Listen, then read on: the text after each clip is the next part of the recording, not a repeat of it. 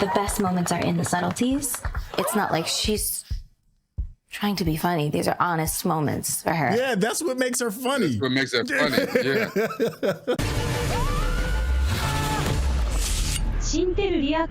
What's going on? It's your boy Syntell with the Intel, and you can already see Rakai is in the building. What's going on, my guy?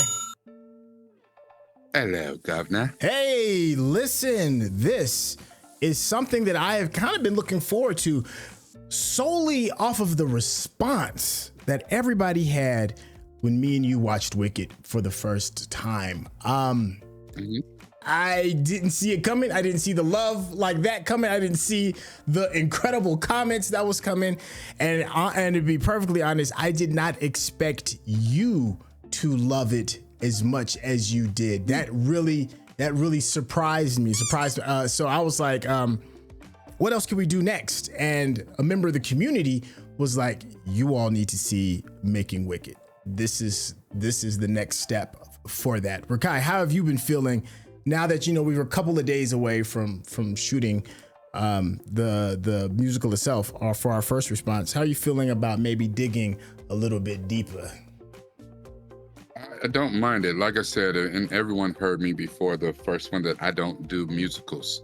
But when I really start looking at my my movie Rolodex, I've seen quite a few and enjoyed quite a few, going all the way back to like Grease. So, Little Shop of Horrors. So I've seen a few that I thoroughly enjoyed. But I would say outside of like South Park, I would say that this one probably the most enjoyable. Is one of the best movies I've seen in a long time. So I definitely agree with that. Just to give you all a heads up, because of copyright restrictions, some of the music that we will be actually hearing is going to sound a little warbled. That's just our way of making sure that you all are paying attention to the artist that created this. And one of the artists that created this actual behind the scenes documentary, we are getting this from Peacock. So please go out of your way to either support Peacock on their YouTube channels or subscribe to their channel as a whole. Make sure you stay to the very end, because you already know we're going to chop it up, have a bit of a back and forth over the things we've enjoyed and over the things we may be scratching our heads over. So without any further ado, let's get started. That is a wrap. Well, some of the greatest words you'll ever hear after working. yes, it so 2 is. months, 16-hour days. That's a wrap. So exciting and beautiful, and I'm so happy. This was destiny. We get to do Wicked. He stuck his whole foot in this. He did. And just so y'all know, in case 25 years ago, I first came across Gregory Maguire's novel Wicked. At the time, it was developing as a film. and your little dog too. I had the privilege of seeing the original Broadway cast of Wicked when I was 10. Wow. It changed my life in so many ways. It had a very personal effect on me. Yeah, if you saw them on stage, like He loves Wicked. He's not afraid to go in places where the story hasn't gone. John Chu's hair is long as hell. That man bun is crazy. Wicked. It's the source of his power. He's like Samson. Yeah. I was gonna say earlier, like, in case you just now found this, go back and watch Syntell's reaction and watch my deep dive. Movie stars and unknowns, we were totally open to find Elphaba and Glinda. And of course, everyone wants to be these parts. That hair toss. Hair flip. Yeah. Of singing and rehearsing and speeches and scenes and Man, I heard killing it. can you imagine being in the room? I looked to Mark and we were like, of course, it's Cynthia. Was it weird? She sings so effortlessly. Blew the roof off. We were just stunned. Yeah. Dang, I got chills just listening to that. That's her. That's Elphaba. He said, that's her. Yeah. Shut it down. All right. God, that was crazy. Just her rehearsing. Just Was publicly out there saying she always wanted this role. I had been She just looks the part. for about 10 years wondering when this movie would. been campaigning for it. And every time she left, she was the most interesting person. I was like, what underwear would Glinda wear today? Of my closet that was all just little pink tops. My first audition, I sang No One Mourns the Wicked, Smart. popular. We all kind of knew why I was going in, and it was for Glinda. I love Elphaba, but, Yeah. And I had a deep sense that if I'm not right for this, that's okay, but I want to give it my absolute all. I hear that. There was no turning back from there. And then we had these two. I'm like, do these two come together? Yeah, that's the thing. Do they have chemistry? And I think we would love for you to be our Elphaba in freaking movie. I love her so much. I'm going to take such good care of her. Thank you so much. That's crazy to actually get something that you always wanted. Right? If you don't cast that right, we got nothing. In my first introduction with Wicked, I remember viscerally, and it was an introduction. I don't give a damn who you are. Yeah, Audition. earn it. The hell is this sound? Fiyero essentially is what, like, the female parts are all male. Yo, and Quiet as Kept, he killed it. That library scene was insane. It was. Yeah. Every time I step into a new project, it is because I know I have something new to learn. Hey. She was love so you, sharp in Michelle. the way her hair was done to mimic the weather. Has to be handled with great care. Madame Morrible is the person that walks that line. She just walks as royalty. She's just regal and everything. Very strong. And she'll beat your ass. And she will And she will. I love her. It was so chillingly frightening and powerful. The wizard She's like that. has very succinct moments. So you have to have someone who has Hidden dragon. Fascination with the stars and who we are and playfulness. Jeff Goldblum is the most wizardy wizard in the whole wide world. He's such a beautiful soul. I love. Another great cast, yeah. Role you ever played in Wizard of Oz? First role I played in Wizard of Oz was also the first role I ever played ever. Ever. I was Toto. You look like a Toto. They like a scrappy little dog. Scraggly little dog. I know Marissa had a really good one, but I'll let her talk about it. Transparency and what we want to keep protected. And Is that a dog? We would like to officially welcome you to ours. Oh my.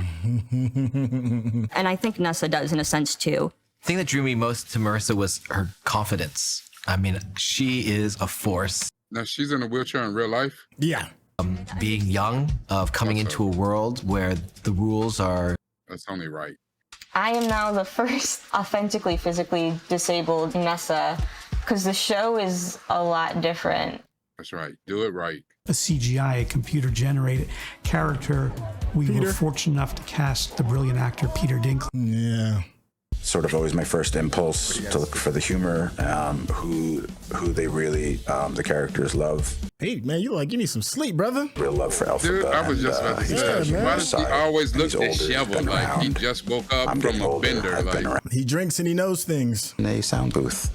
A lonely like he part of drinks. That's for damn sure. Some of us still tend to favor form over content, Miss Glinda. It didn't take much convincing at all. It seems the artichoke is steamed. That laugh. Incredible doing that process with Bowen. I mean, you couldn't pick any of them. These two worked my nerves. Yes. There's just so many cutaways where John just let us loose.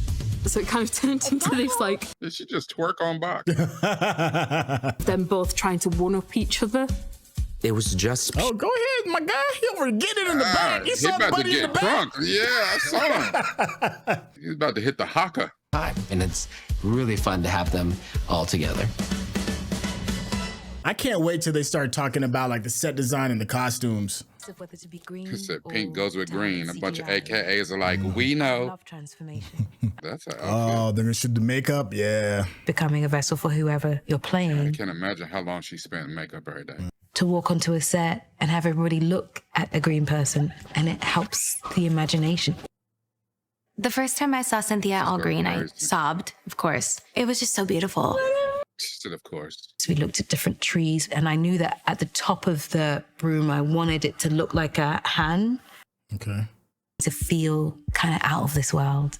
So when she finally gets it, it feels like a powerful moment. Got that Gandalf feel to it. Yeah, it does. Yeah. Elphaba finds power in the joke of it, but then she also identifies with it. Paul Tazwell, you did your thing. He sure did. As the energy that Elphaba gets from I want to say he won an Oscar. Y'all correct me in the comments on that one if that's not right. Yeah, costume and production, Yeah. sound design. He went about approaching it from the Fibonacci spiral and creating shapes using that. That's so crazy. They used a Fibonacci sequence. Yeah. Just the base, you know, we're laying over other pieces. Oh, yeah.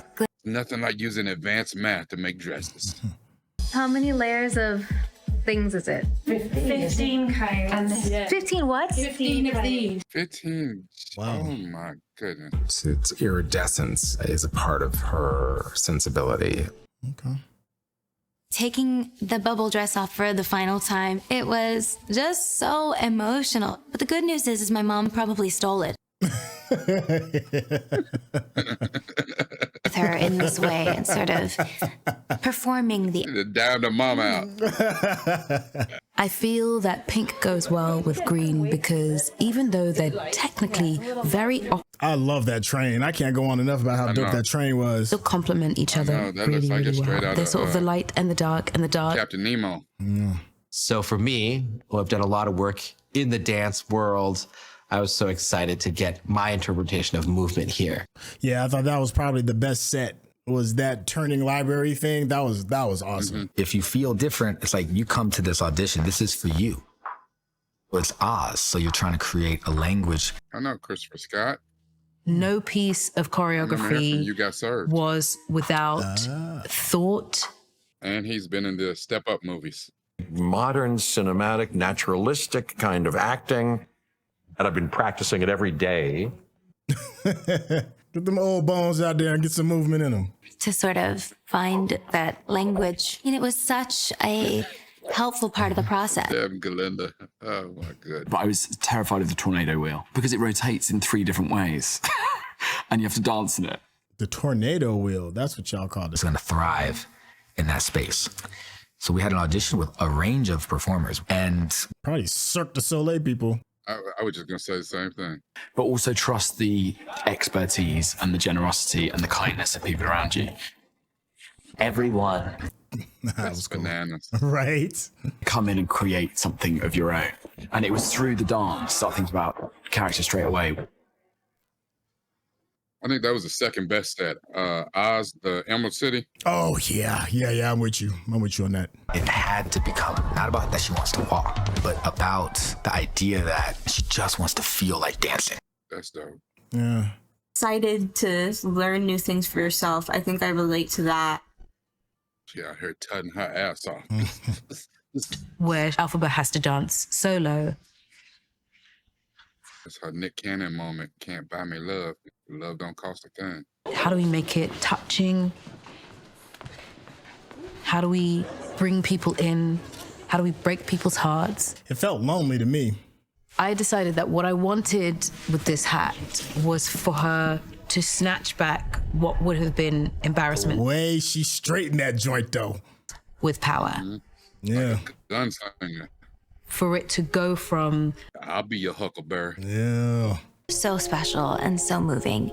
And it is a massive turning point for both Elphaba and Glinda. Yeah, I couldn't, until this scene, I couldn't tolerate Glinda. At the brink of tears, take after take after take. Yeah. Having all the emotions there every single time. Over and over again. They never marked it. It was always, always, always, always so beautiful. It's got to be exhausting. So all those things came together to sort of share the pain that she was enduring and to share the loneliness.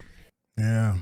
Sounds like from my own style of singing, but that's what they found to be important too. So, man, sing like you in the shower. Elements, there are certain songs that have to be live. Leave me. That was so extra. The actual space itself is sterile. There's no background noise, so we get that clean vocal. Huh. I didn't know that. Crazy. There's a talent that could help me meet. Sing that shit, girl. One feels in such a strong, powerful way, and that's extraordinary. He's gonna cry. Yeah, look, he's like, he gonna cry. Beautiful, man. Go on and let them emotions go. It was like the best concert you could have ever attended at the best seats in the house. I bet. Ah, the set design. To make it all real, that is something that the audience will feel. Yeah, we did feel it. We did. Look at all those roses. I mean, those flowers. And I heard they were real. Place of Oz. Like, how do you convince an audience that it's real and familiar? Look at that. My God. I love this type of shit. Really big sets. Oh, wow. Actually building Munchkin Land, where the yellow brick road is, we have planted 9 million tulips. 9 million tulips. This amazing giant rainbow. They planted 9 million tulips, dog. It is a culture of people. Everyone has red hair, curly, with freckles. Right? Yeah. And it's the most out of this world set I've ever seen in my entire life. Yeah, that is insane. There's parts of the set that I've never even seen because it's that big. Yeah. Be able to explore the whole set, you kind of need. They need to do guide. Parts of the set she ain't even been. It really is wonderful to be able to touch the space that you're in. It's got to be so much different than just everything green screen.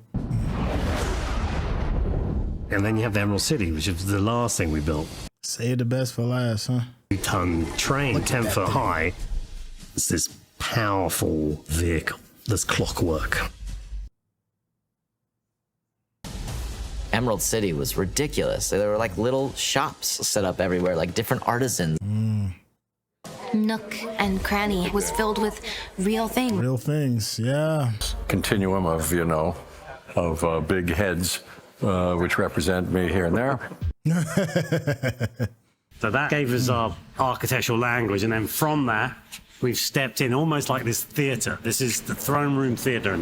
How did y'all make the mask, though? Yeah, I want to see that. I don't have that many. 2 ton in weight. We were going in and under that thing. If that thing had fallen. 2 tons. Creamy.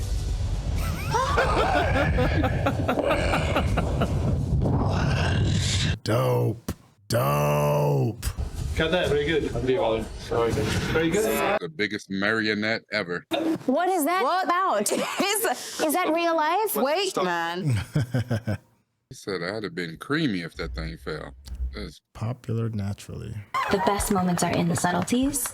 It's not like she's trying to be funny. These are honest moments for her. Yeah, that's what makes her funny. That's what makes it funny, yeah. It'll play, I think. That's what makes it funny. She doesn't mean it, Because that's not her trying. It's That's just her kind of actually who doing she it. is. Ball gown. Interviews, I've seen those things. I did not know she was this funny. I didn't either. I had no idea Ariana Grande was that funny. I did. When she was on Victoria, she was hilarious. Respectfully, this might be the Glindified version. She's a nutcase.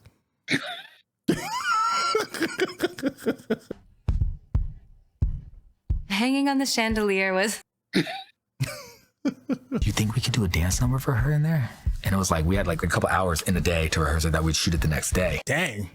To take it home. She does this whole dance, and she's kicking her feet up. I mean, it's a classic Hollywood moment done in our wicked way. It did feel very old school Hollywood. And I see the pink light. I didn't realize that before. Yeah. It did seem old school Hollywood. It's not quite as popular as me. But not quite as popular as me. Like, oh, you knew they was gonna say the best for the last. Literally and figuratively defy the laws of gravity and fly. That's right. Channel your inner Goku. Let's go. I feel like the universe put it in my lap and said, this is yours to lose. Do the work or not. And I wanted to do the work. That God, I can't imagine how much fun that had to be. They'd had to beg me to get off that. That does their own stunts. Amazing acting. Sings and then Yeah, I'd have been out there like, eat your heart out, Tom Cruise. Was going into this that stunts would be needed, and I knew that I wanted to do my own stunts. I had to get some heavy duty cranes for me. They're like, oh, hold on, wait a minute. It's a really strange sensation because I have to shift the way I breathe in order to sing, because I wanted to. Oh, you stupid for that one. The feeling of being off my feet. Wow. Falling. Woo. Feel what I was singing. Yes, the entire thing is huge, but You can't tell me. I've been doing all types of kung fu in the these are human beings who are experiencing something. I would have Kamehameha up there and everything. Everything. in our movie, instead of actually flying right at that moment, she's actually gonna fall first. I think that's such a big part of defying gravity that nobody gets to jump the first round. The first time, nobody. It helps me determine that I won't stay. Put me back in the matrix. Special. Yeah.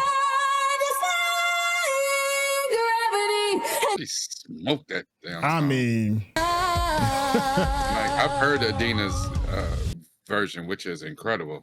doing Wicked of all things. So I mean it when I say it has been an absolute dream, and we are so excited to share what's to come. if you're watching this on YouTube, you're going to see a cut down version of our reaction because we're only allowed to show you a limited amount of picture-in-picture. But if you want to watch the whole thing with us uncut, uninterrupted, head over to our Patreon page at patreon.com/Syntell. Become a member of this channel. You'll get access to the full uncut reaction, but you will need your own Netflix, HBO Max, or Disney Plus subscription so you can open up each episode in an adjacent window to our reaction. We'll give you a little time with a small reference video at the bottom of the screen to help you sync up the footage. And it'll be like you're watching it with your favorite pals from the internet. Really enjoyed that. Rakai, man, we got a chance to look behind the curtain, and sometimes, you know, it doesn't always work. Sometimes, you know, once you see how the sausage is made, you don't want no more sausage. Never want to see that as many. Never want to see that too. But in this case, for Wicked, I just think it strengthens it even more. You know, I don't feel like, you know, magic was taken away by watching to see how this thing was made. It makes me appreciate the effort of what it takes to do this. Everything from the sound design to the knowing that the stage was actually a real sound studio that's, you know, made specifically in order to enhance the singing was great.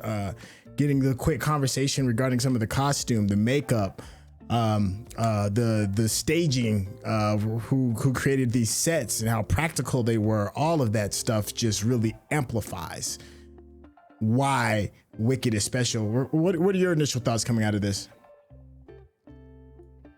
Here's the thing. I think that you and I, as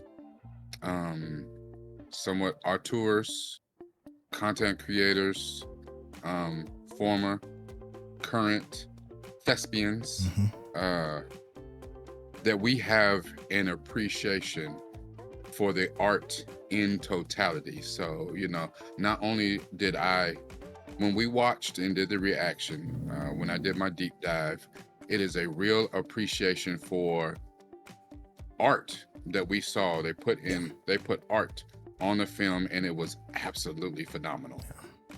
But I appreciate the behind the scenes. Like, I loved watching this as much as when we saw the behind the scenes of Arcane. When we've seen stuff that's behind the scenes of Sinners. Like, to me, all three of those things are like in the same thing to me. Like, to watch this and how there was a scene when we did the studio. Okay. There was a scene where Patty, Catherine O'Hara, was talking to Matt Remick, Seth Rogen's character. And he was saying, you know, there's no real appreciation for him as a studio head. Like, no one knows that he's even involved in the process of making a movie at all, right? He just got all the stress for it. And Patty, the former studio head, said, yeah, but when you hire the right director, the right writers, the right actors, the right music, the right sound design, the right production. Like when all of that comes together, you'll make something that will stand the test of time. And it's about more than you in that moment. Yeah. And that is what this is. You know, like I said, John Chu has a history. He's made you know, I don't know, music videos, movies with music in it before. He's done a plethora of things, but you never would have really thought that he would make something that this grandiose. Like the vision that came out of his head. Because the funny thing about being a great director, no one knows that you're a great director until you direct something that's great. No. You know, and there's many directors that have shot, you know, they shoot they shot, and oh shit, that was an air ball. You missed. You tried it, you know. He needs some milk, you know. You know, and we can name off plenty of them that think that they're great directors, or you know, had that one hit, they caught lightning in a bottle. It was like, damn, that was good. And then it's like, I'm gonna do it again. And he's like, no, that wasn't it, bro. That wasn't it. You know, and then you have some that routinely turn out fascinating and great projects. Our favorite, Ryan Coogler, you know, Denis Villeneuve, Denis V. Yeah, you know, and that's to carry over from, you know, the George Lucases and those directors that had the big names. Yeah. John Chu might not be a big name, but what he put together here, he is writing his name in history books. Like this, it's something too when you work with amazing material and you don't mess it up. You have enough reverence, you have enough respect for the material that you go out of your way to make sure that it's right. Another reason why, and I don't care, I'm gonna say it. Yes, I said it. I said what I said. That damn M. Night Shyamalan, how you mess up Avatar: The Last Airbender. I will never forgive you, sir. I don't give a damn that you made The Sixth Sense. And I liked Unbreakable. But you have done a travesty to the entire media world when you made what you made that was supposed to be The Last Airbender. Shame on you. And I don't give a damn that he's making better stuff now. You had damn near perfect source material, you know, and that's the same why people get so upset with Star Wars or, you know, some of those big IPs out there. You know, your Star Wars, Marvel's got 70 years of source material. Damn it, use it. Y'all would take stuff that was nominated for awards, it was so good, and be like, you know what, I'm gonna do my own thing. Boy, if you don't stop. You know, John Chu took something that was already fantastic and made it absolutely amazing. And I can't wait to see what he does with Wicked for Good. Yeah, you and me both. He's definitely vetted himself. Wicked was so good. I think we even said this during our first reaction. It's like John Chu has earned that. I don't care what he makes, I'm gonna go see it. You know, and that's very difficult to pull off. You know, as from a fan to adoring a director on the level. Ryan Coogler's in that same thing. I don't care what Ryan Coogler makes. No matter what it is, I'm going to see it. Wicked was just that good. You said something else I thought was kind of interesting too, and that is you had a reference towards Star Wars, and just bear with me for a hot second. When they redid the Star Wars and they did episodes 1 through 3, there were some people that had comments when it first came out that the actors might have felt a little bit flat, right? You know, some of the stuff didn't seem to gel, and the chemistry that was between the actors and themselves, the actors in the set, the actors in the environment, there was like a bit of a disconnect. And one of the things that I've heard from multiple sources is that the amount of green screen that was used when they were shooting that, and actors respond to their environment. You know, they listen to the other person that's talking to them so they can respond to that. They respond to what they see around them in order to shape and mold their characters. And if all you see is just, you know, a sea of green, things can feel a little detached. Whereas here, on when we were talking about some of the set design on Wicked, everything is there. You heard Michelle say, you know, you're walking through and I can connect with everything. You know, some of the, when they were talking about Oz, when they got to the Emerald City, you can go anywhere, and you know there was real like tarts and truffles and stuff like that in the bakery, and all the magazines had the real love. They said the snow globes had real, you know, Emerald City stuff inside of it with the water swirling around it. Like it's that level of detail that I think is why one actress. You go ahead. That one actress, one of Glinda's minions, that she said Shears University was so big, she walked the set every day and had not seen every part of Shears University. Yeah, that's crazy. But I think it's that level of detail. They planted 9 million tulips. Like, how is that even physically possible? Like, how many folks did y'all get over here to sit there and just imagine 9 million? Can you imagine answering a job board? It's like, I found this little job on Craigslist, you know what I'm saying? All I gotta do is plant some flowers. Plant some you out there, you know, 8 hours a day for 3 months, just planting flowers. What we gonna be done with this? Yeah. And somebody in the chat, remember the chat, Frank in the chat said, all for a 3-second scene and another establishing shot. Like you doing all of that. It's like you spent an entire like month and a half playing tulips for it to only be seen as like a sweeping camera angle or whatever it is. But it's for the love that happens, and that's why we love it. The clockwork on the, you know, me and you both said the train going into the Emerald City and the clockwork that's in it and why it looks like it's memorable. Like that is dope. The 15 different types of tubing that they use for the costumes for Glinda's dress and using the Fibonacci sequence and all of that, so that it's not just a dress. There's a reason. There's a story behind all of that. That level of detail is great. Everything from the airbrushing to make sure that even like the moles on Elphaba's face seemed real. She said that she wanted to make sure it felt textured. You know, if you don't think that's important, go back and look at like some stock footage of the original Wizard of Oz. And it looks like somebody just took a slab of like green motor oil and just rubbed it on. It felt, you know, very disconnected. Elphaba's skin did look real. It really did.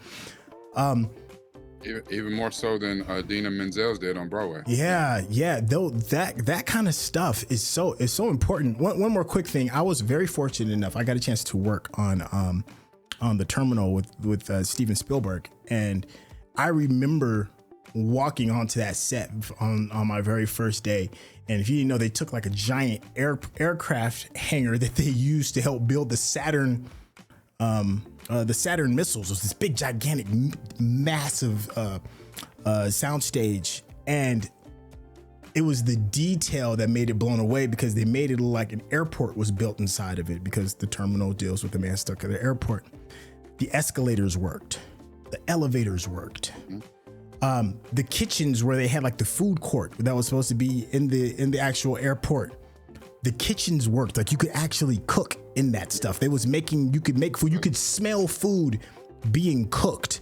Like every little piece of a detail that you could possibly think of, even stuff that wasn't you knew for a fact was not going to be on camera. You could go on there and look around the corner and you would see things that would be authentic, because just in case, you never know, right? That stuff, it's the reason why we watch, you know, that mind-blowing level, so that you get a performance that you see here from these two brilliant actors, and not the performance where, you know, in Star Wars, where they might have been struggling to maybe connect and give like a true authentic performance. Don't get me wrong, I did enjoy those Star Wars, but I can understand why the actors could struggle. Yeah, but I think you make an excellent point on why they seem far more lifeless than the original trilogy. Because the original trilogy, there wasn't green screens back then. Right. You had to make practical sets. You had to do things with miniatures or whatever, you know, to be able to connect to that. And I think the attention to detail that they put into things, I love when people connect with the source material in such a way that they're relentless about the attention to detail. So the amount of detail that not only John Chu, but Cynthia Erivo, Ariana Grande put into this because they love this material that much makes me happy. It feels the same as like when we watched before the movie even came out, or when it came out, when you saw the behind the scenes and the detail of how you need to watch this movie from Ryan Coogler for Sinners. When we watched the behind the scenes 5-part documentary on how they made Arcane, and they talked about, you know, they would spend a day and a half to animate and do a sequence that was 3 seconds long. And he's like, okay, was it worth it? Yes, absolutely. Yeah. You know, my question to you before we wrap this up is really, can you put this level of care and detail into something that doesn't have a monumental budget? Because, you know, all 3 of these movies that we talked about, I think the one with the least amount of budget was Sinners. Yeah. And he made it work with what he had. That was gonna be my answer to that. I was like, well, we saw Sinners. Yeah. Like to me, there's only 2 movies I can think of off the top of my head that did the most with the least, which is Sinners and Godzilla minus one. Yeah. Yeah. I just did a quick Google. They spent $145 million on this, and those numbers are always a little weird. And you said 145? They spent 145 million. Keep in mind the Snow White remake that they just did was 209, and it didn't look nowhere even remotely as good as this, not even close. And they spent 209 on that. Some of those craptastic Marvel and what's it, Star Wars TV shows that they did. They spent like $200-300 million. I mean, was we talking about the Lord of the Rings one that they did? Oh yeah, they spent half a billion. Yeah, $500 million. And you look and you're like, where'd the money go? Like what's going on?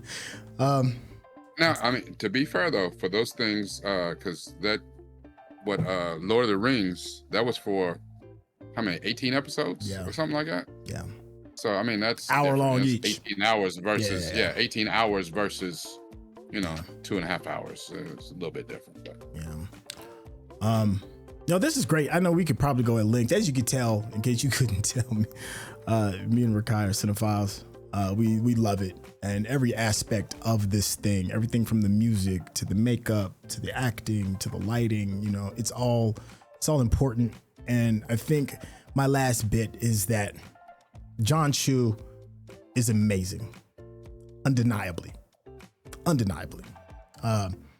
Cynthia, amazing. Ariana Grande, amazing. The writers of this, amazing. And those are like the 4 big things, right? Actors, writers, and directors, right?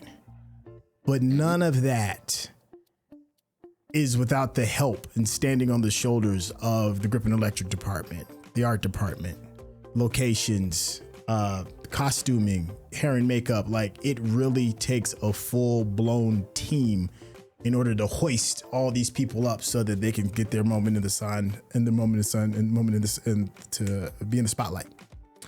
Small things, the craft team, you know what I'm saying? Yeah, it's all the little things. Key grips. And I love when we get a chance to see something that celebrates, all the other moving pieces that kind of make this happen. Hat tip to all the people that are the stars of this, but a deep bow to the unnamed people that our stars stand on the shoulders of. That's my last final thought. Rakai, you got any final thoughts to say about the making of? Just one to back up your thing. So I'm now in an IMDb because we just recently watched another John Chu movie that we didn't know was a John Chu movie until it ended. With Now You See Me 2, right? The second one, yeah. Yeah, because I don't think he did the first one. I don't know if he did or not. But the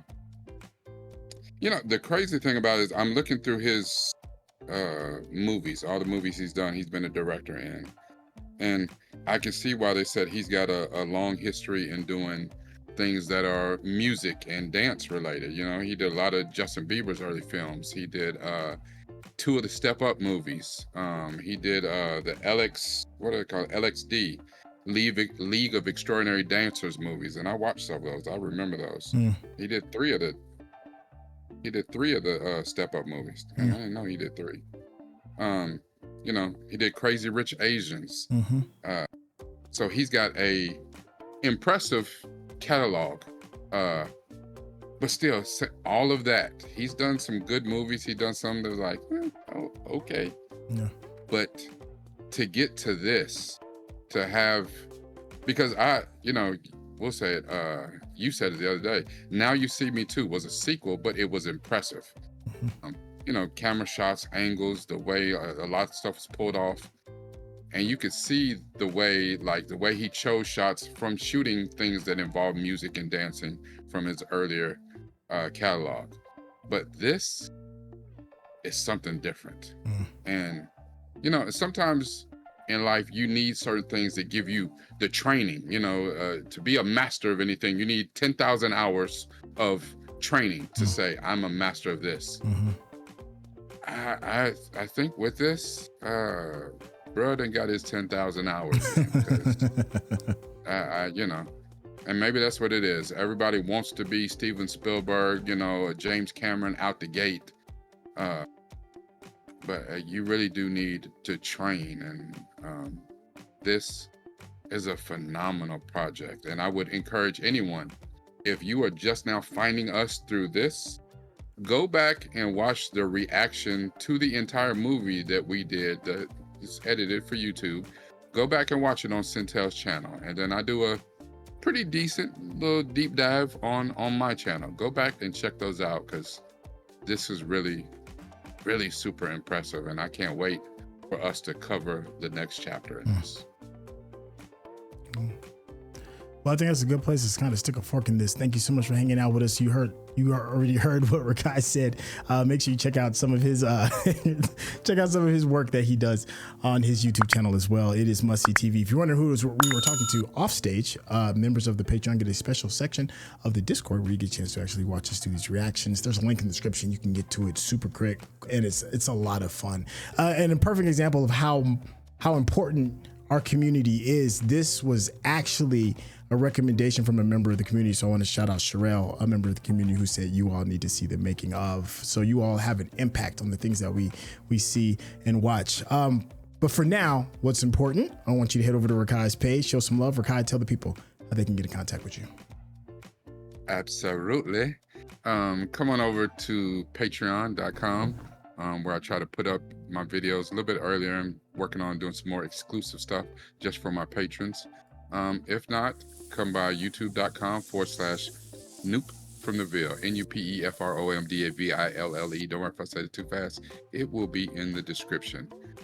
Everything that we watch, we absolutely use this. But it's even more important that you use this. Thank you, Chef. Thank you, Chef. And thank you so much for hanging out with us. And we'll catch you on the next project. All right, y'all. Take care.